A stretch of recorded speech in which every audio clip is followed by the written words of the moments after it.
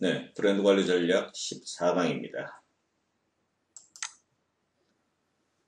저희가 브랜드 관리 전략 13강까지 해서 브랜드 가치 체계 하나의 모델인 브랜드 플랫폼이라는 그 모델의 전반적인 내용에 대해서 공부를 하겠습니다. 잠시 한번 리뷰를 해보면요. 브랜드 플랫폼의 네 가지 요소에는 브랜드 비전, 그리고 브랜드 미션, 그리고 브랜드 퍼스널리티, 그리고 마지막으로 가장 중요한 코어 아이덴티티 이렇게 네 개가 있다고 이제 설명을 드렸고요. 하나씩 잠시 이제 리뷰를 해보면 브랜드 비전이라는 것은 그 브랜드가 향후에 5년이나 10년 후에 어떠한 이상적인 모습이 될 것인가라는 게 바로 이제 브랜드 비전이라고 있고요. 브랜드 미션은 뭐라고 그랬죠? 네, 이 브랜드 비전을 달성하기 위해서 기업에서 어떠한 일을 해야 되고 어떠한 노력을 해야 되고 또 고객에게는 어떠한 약속을 갖다 해야 되는 것인가 라는 게 이제 브랜드 미션이라고 했습니다. 그리고 이제 브랜드 퍼스널리티는 이 브랜드 사람과 비슷해서 성격을 가지고 있다. 그래서 이 브랜드만의 고유한 개성, 그것이 바로 브랜드 퍼스널리티라고 했고, 그 다음에 마지막으로 코어 아이덴티티는 브랜드의 핵심 가치, 브랜드의 생명, 브랜드의 영혼, 심장, 뭐 이렇게 해서 그 브랜드를 고객에게 얘기를 했을 때 머릿속에 가장 먼저 이제 떠오르는 그런 개념이라고 설명을 할 수가 있겠습니다. 그래서 저희가 이 브랜드 플랫폼을 7강부터 13강까지 해서 7회에 걸쳐서 오랜 기간 동안 공부를 갖다가 했죠. 그리고 이 브랜드 가치 체계 모델에는 여러 가지가 이제 있다고 했습니다. 저희가 이 브랜드 가치 체계를 처음 공부할 때 여러 유명한 학자분들의 이 가치 체계 모델에 대해서 제목만 잠시 언급을 해봤고, 마지막으로 이 가치 체계 모델에 대해서 한 가지만 더 같이 공부하고 다음 내용으로 넘어가기로 하겠는데요. 우리가 지금 공부할 이 브랜드 가치 체계는 포지셔닝 스테이트먼트 그리고 이미지 속성이라고 하는 이 두 가지 요소로 이루어진 굉장히 간단한 그러한 가치체계 모델입니다. 그래서 이 모델도 이 세계적인 기업에서 많이 사용하고 있기 때문에 우리 같이 한번 연구를 하고 넘어가기로 하죠. 네, 이 포지셔닝 스테이트먼트와 이제 이미지 속성 이 두 가지 중에서 먼저 이 포지셔닝 스테이트먼트 문장이죠. 우리 브랜드를 어떠한 문장으로 잘 설명할 수 있을까라는 것인데, 이 포지셔닝이라는 단어는 우리가 지난 시간에도 많이 공부를 갖다가 했습니다. 그래서 차별화라는 개념이 핵심적인 내용이라고 그랬죠. 그래서 이 포지셔닝 스테이트먼트도 경쟁 브랜드와 차별화되는 우리 브랜드만의 정의, 이렇게 이제 해석을 할 수가 있겠습니다. 그래서 이 포지셔닝 스테이트먼트는 크게 이제 세 가지 구성 요소를 가지고 있는데요. 이 첫 번째는 무엇인가 하면은 이 definition이라고 해서 브랜드가 표방하는 업종이 되겠습니다. 업종, 우리가 어떤 업종에서 일할 것인가라는 것이고, 두 번째는 차별화입니다. 차별화. 그래서 우리 브랜드를 다른 브랜드와 다르게 특별하게, 독특하게 만드는 요소가 무엇인가. 그리고 마지막으로 브랜드가 고객에게 제공하는 베네핏, 혜택을 말하는 것이죠. 그죠? 그래서 이 포지셔닝 스테이트먼트에는 업종과 그리고 특별하게 만드는 것, 그리고 궁극적으로 고객에게 어떠한 혜택을 줄 것인가, 이 세 가지가 포함되어 있는 것이 바로 포지셔닝 스테이트먼트라고 할 수가 있겠습니다. 자, 이어서 이 모델의 두 번째 요소인 이미지 속성입니다. 이미지. 우리가 그 브랜드 플랫폼을 공부할 때 브랜드 퍼스널리티, 뭐 이러한 요소에 대해서도 같이 공부를 해봤는데요. 그와 비슷한 그런 개념이다라고 생각하시면 됩니다. 그래서 이미지 속성은 이 브랜드 개성의 표현이다라고 이제 이렇게 나오고요. 또 버벌, 언어적, 또 비주얼, 시각적 커뮤니케이션 분위기에 근거가 된다라는 것입니다. 그래서 이 이미지 속성을 잘 정해놓으면은 특히 이제 뭐 광고라든지 또 프로모션, 뭐 이벤트, PR, 뭐 이러한 대곡의 커뮤니케이션 하는 데 있어서 하나의 중요한 가이드라인으로 삼을 수 있기 때문에 굉장히 중요한 역할을 갖다 할 수 있다. 라고 이제 말할 수가 있겠고요. 역시 우리가 브랜드 개성을 공부할 때 이 커뮤니케이션의 어떤 톤, 느낌, 이거와 이 브랜드 개성과의 관계를 갖다가 우리가 설명을 갖다 했습니다. 그래서 이 이미지 속성이라는 것은 역시 플랫폼에 있어서 브랜드 퍼스널리티와 비슷한 내용이고, 이렇게 해서 이제 이 포지셔닝 스테이트먼트와 이미지 속성 두 가지로 이루어진 이러한 모델도 한번 같이 살펴봤는데요. 사례를 한번 보도록 하겠습니다. 이 포지셔닝 스테이트먼트와 이제 이미지 속성 모델 사례를 우리가 이제 두 가지를 보겠는데요. 첫 번째 좌측에 있는 것이 이제 나이키라는 브랜드입니다. 보면은 나이키. 그래서 나이키와 이 페덱스를 볼 텐데 먼저 이제 나이키를 보면요. 나이키는 사람들이 새로운 운동 성과를 낼 수 있도록 영감을 불어넣는 스포츠용품 브랜드다. 이게 이제 포지셔닝 스테이트먼트인데요. 자, 포지셔닝 스테이트먼트에는 세 가지 구성 요소가 포함된다고 그랬죠. 그죠? 첫 번째가 이제 업종인데요. 업종은 이 스포츠용품 브랜드이다. 이렇게 이제 규정이 되어 있습니다. 그래서 이제 운동화뿐만 아니고 스포츠와 관련된 모든 그러한 뭐 패션이라든지 아니면 또 용품이라든지 뭐 이러한 부분들을 전부 다 이제 판매한다라는 그런 것이고요. 또 두 번째로 우리 브랜드만을 독특하게 만드는 것은 무엇인가 하면 이 영감을 불어넣는다. 그래서 이 영감을 불어넣는다. 뭐 인스피레이션이라는 그러한 영어 단어인데요. 이 나이키에 있어서 이 인스피레이션이라는 단어는 굉장히 중요한 키워드가 될 수가 있습니다. 그래서 이렇게 인스피레이션, 영감을 불어넣다라는 게 다른 브랜드와 차별화되는 그런 독특한 키워드가 될 수 있고, 마지막으로 남은 게 뭐라고 그랬죠? 네. 고객에게 궁극적으로 어떠한 혜택을 갖다 줄 것인가 라는 것인데, 그게 바로 새로운 운동 성과, 이렇게 명기가 되어 있습니다. 그래서 이 포지셔닝 스테이트먼트가 가져야 되는 세 가지 그런 구성 요소를 지금 나이키는 이런 식으로 해서 정리를 갖다 하고 있고요. 그래서 이 모든 브랜드가 이렇게 해서 한 문장으로 해서 우리 브랜드에 대해서 간결하게 이렇게 정리를 갖다가 해 놓으면은, 특히 이제 내부에 있는 구성원들이 쉽게 우리 브랜드의 정체성에 대해서 접근할 수 있고 또 이해할 수 있는 그런 좋은 방법이 될 수가 있겠죠. 그리고 이제 그 밑에 보면은 이미지 속성, 이미지 애트리뷰트라는 게 나오는데 이건 이미지 속성입니다. 그래서 이 이미지 속성을 나이키가 어떠한 속성을 가지고 있을 것인가라는 것을 갖다가 규정해 놓은 것이죠, 보면은. 그래서 여기에 보면 액티브, 뭐 활동적인 그런 얘기도 나오고요. 그래서 힙이라는 것은 뭐 사전에 보면은 엉덩이라는 그런 뜻도 있는데요. 유행의 밝은 그런 의미도 있습니다. 그래서 유행을 앞서가는 그런 패션용품을 만들어내겠다라는 그런 것이고요. 또 이 인텐스라는 것은 뭐죠? 인텐스라는 것은 집중해서 할 수 있는 그러한 부분을 역시 나이키가 이미지 속성으로서 정해놓고 있는 것이죠. 오른쪽에 보면 이제 페덱스라는 브랜드도 역시, 페덱스는 마감 시간이 촉박한 사람들에게 정교한 트래킹 기술로 신뢰받는 오버나잇, 하룻밤에 이렇게 간다는 것이죠. 배달을 해준다 하는 그러한 브랜드이다. 이렇게 이제 포지셔닝을 정해놓고 있습니다. 보면은. 그래서 이제 페덱스 같은 경우에도 업종은 무엇이죠? 네, 여기 있습니다. 배달 서비스 브랜드이다 라는 것이고요.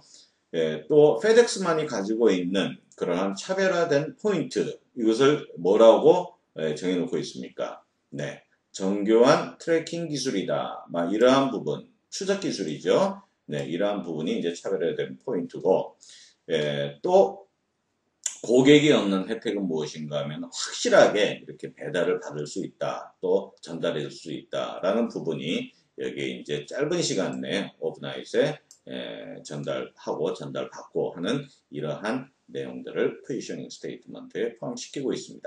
역시 이제 이미지 속성을 보면은 배달과 관련된 그런 브랜드이기 때문에 빨라야겠죠, 그죠? 스피드하다.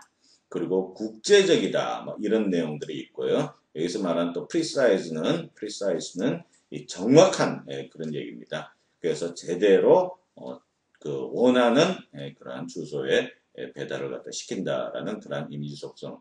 이렇게 해서 이제 좌측에 있는 나이키와 우측에 있는 페덱스 같은 경우에는 포지셔닝 스테이트먼트와 이미지 속성이라는 이러한 두 가지 구성 요소를 가지고 가치 체계 모델을 이용하고 있다라고 보시면 되겠습니다. 그래서 우리가 이러한 사례를 같이 한번 살펴보았습니다. 자, 이렇게 해서 이제 우리가 그 브랜드 가치 체계 모델의 플랫폼이라는 모델, 그리고 또 포지셔닝 스테이트먼트와 이미지 속성이라는 이러한 두 가지 구성 요소로 된 모델을 한번 살펴봤고요. 우리가 이렇게 쭉 가치 체계 모델을 하다 보니까, 공부하다 보니까 브랜드 실체라든지 또 정체성, 또 이미지, 뭐 이러한 용어들을 여러분들이 자주 이제 접했을 텐데요. 이 세 가지 용어에 대해서 우리가 어떻게 하면 쉽게 이해를 할 수 있을까라는 부분을 한번 살펴보기로 하시죠. 네. 이 브랜드 실체, 정체성, 이미지 이 세 가지 요소인데요. 자, 브랜드 실체라고 하면은 브랜드 리얼리티라고 그렇게 이제 표현을 갖다 하고요. 그 다음에 이제 브랜드 정체성은 여러분들이 많이 들었던 단어 중에 아이덴티티라는 그러한 단어가 있습니다.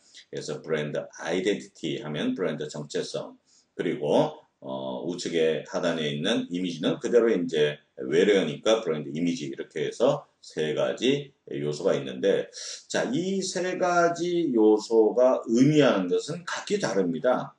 그래서 리얼리티라든지 또는 아이덴티티라든지 또 이미지라든지 이러한 세 가지 단어를 보면은 대충 이제 무슨 뜻인지라는 것은 여러분들이 쉽게 이해하실 텐데요. 제가 이 세 가지를 더욱더 쉽게 이해하기 위해서 예를 한번 들어보도록 하겠습니다. 자, 이 실체와 정체성 이미지를 제가 이제 몸무게 사례를 들어서 한번 설명을 갖다가 할 텐데요.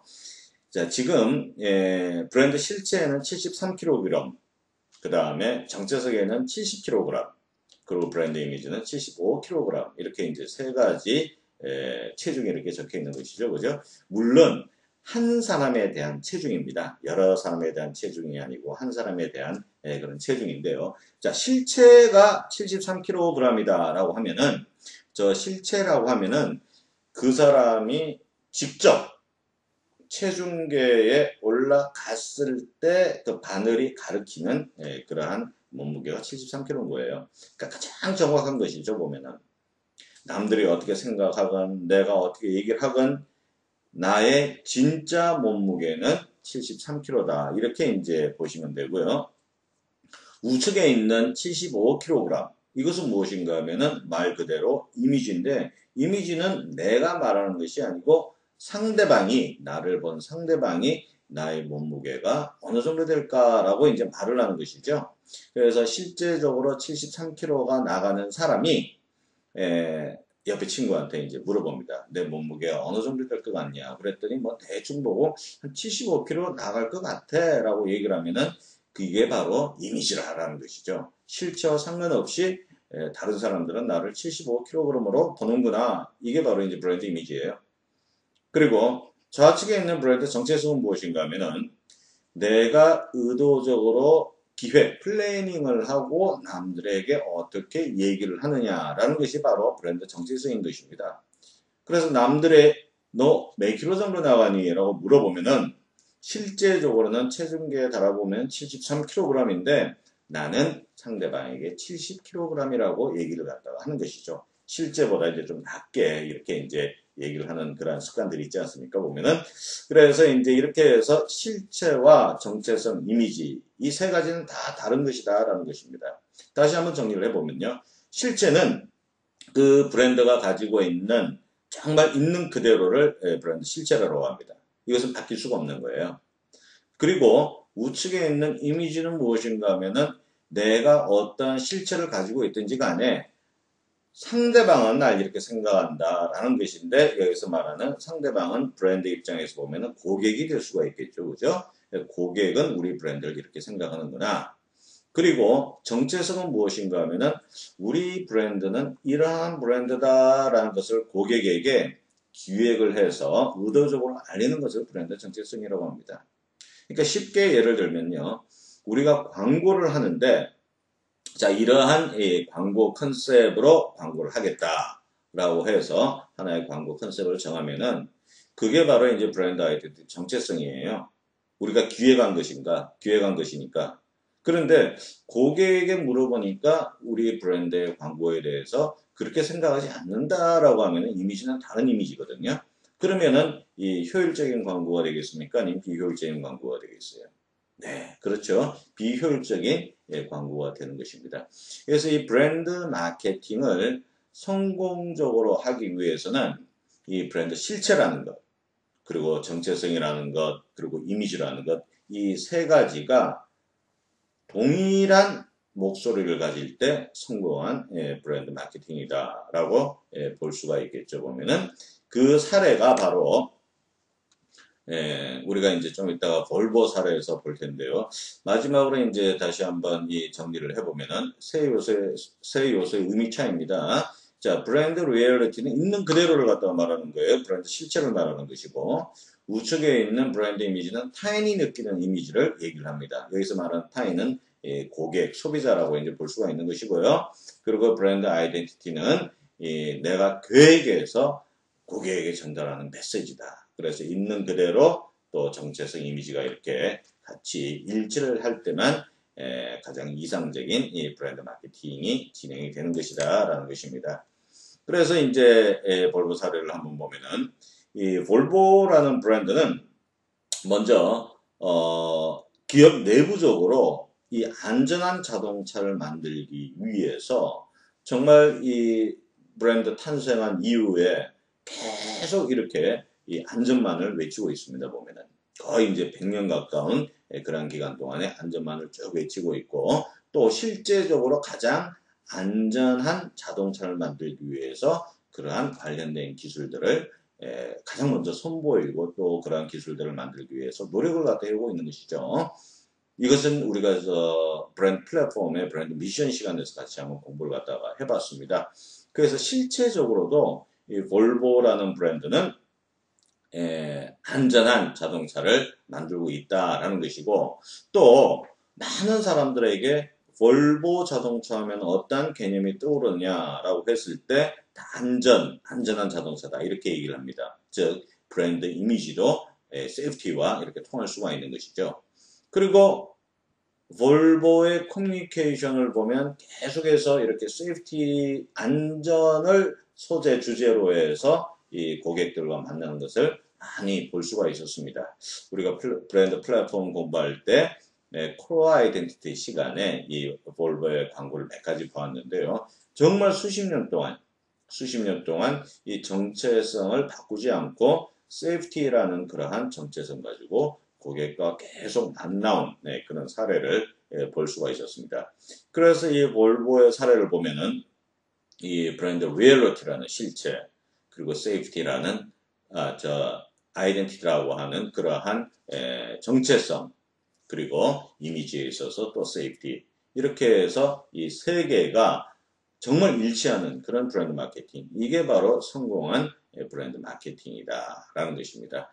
그래서 이제 많은 기업들이 자, 우리 브랜드가 이러한 컨셉 또 이러한 이미지를 가지고 고객들과 만났으면 좋겠다라고 했는데 고객 조사 결과 뭐 이렇게 소비자 이 데이터를 얻기 위해서 조사를 갖다가 해보면 의도했던 것과 다른 그러한 결과를 얻는 경우가 있죠. 그것은 분명히 성공적인 브랜드 마케팅이라고 할 수가 없는 것입니다.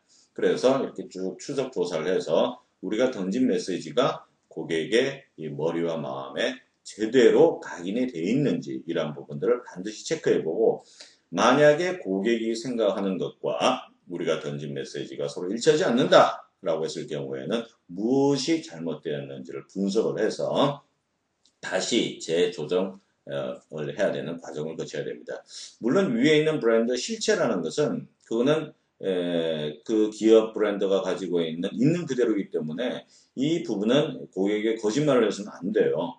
그래서 우리는 이런 것을 가지고 있다라는 거에서 이 브랜드 정체성이 나와야지 브랜드 로열리티와 전혀 관계없는 그런 정체성을 가지고 고객에게 전달한다 그러면은 그건 언젠가는 고객에게 큰 실망을 안겨줄 수 있는 그러한 과정을 겪기 분명합니다.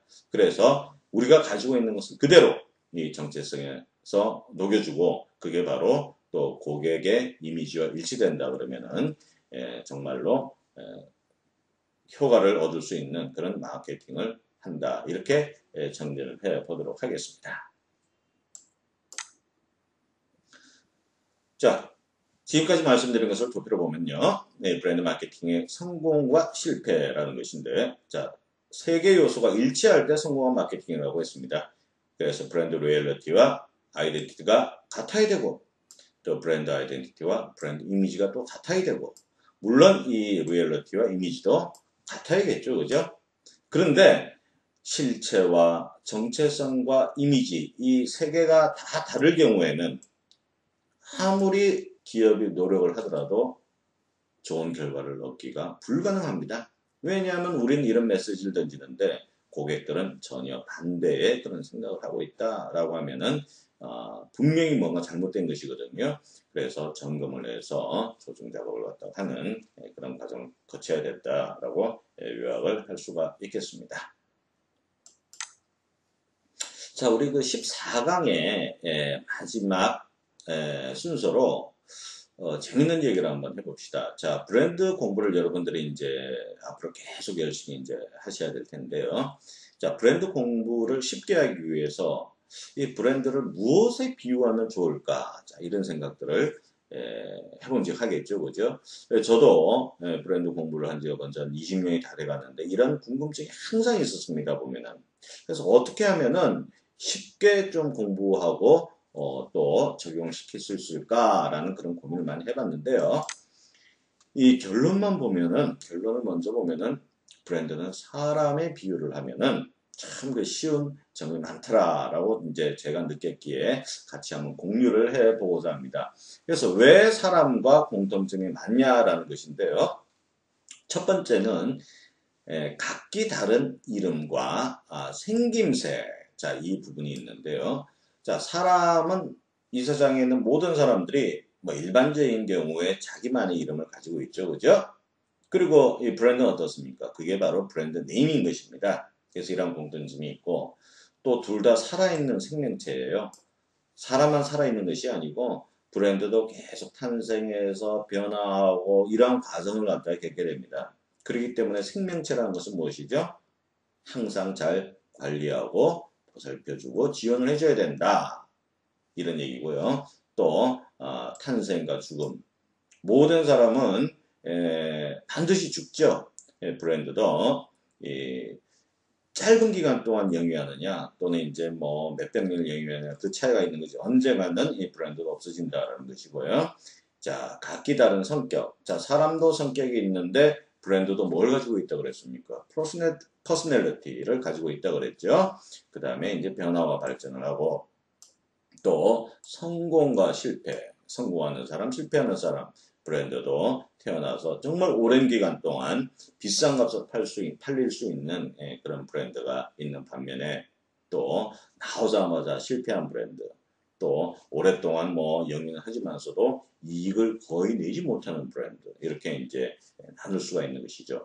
그래서 이 브랜드라는 것과 사람은 공통점이 굉장히 많기 때문에 이 브랜드 전략을 공부하고 또 브랜드 전략을 실제적으로 수립하고 또 평가하고 이럴 때도 이 사람을 기준으로 해서 생각하면은 여러분들이 해답을 쉽게 찾을 수 있다라고 해서 브랜드와 가장 비슷한 비유를 할 수 있는 사람, 우리 자체가 사람이고 또 브랜드가 바로 우리 옆에 있기 때문에 이렇게 서로를 비유하면서 생각하고 공부하면 쉽게 여러분들이 브랜드 공부를 할 수 있겠다라는 생각에서 14강의 마지막 페이지로 같이 한번 공부를 해봤습니다.